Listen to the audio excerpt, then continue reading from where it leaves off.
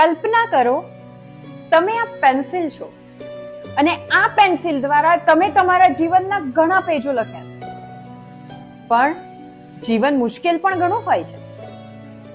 ક્યાંક તો બિઝનેસમાં દગો છે, બિઝનેસ લોસ છે, કોઈક દગો કરે છે તમારી સાથે, યા તો ડિવોર્સ ની સિચ્યુએશન્સ માંથી પસાર થવું પડે છે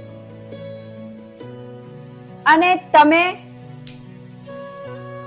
તૂટી જાઓ છો અને પછી તમે આ તૂટેલી પેન્સિલની જેમ એવું ફીલ કરો છો કે તમે વર્થલેસ છો, કઈ જ કામના નથી. અને સડનલી તમને રિયલાઇઝ થાય છે કે આ પેન્સિલને શાર્પ કરી શકાય છે. હા, કદાચ પહેલા જેવું ના લખાય, ક્રિએટિવ ના થાય, બટ હુ નોઝ, કદાચ પહેલા કરતા વધારે સારું લખાય.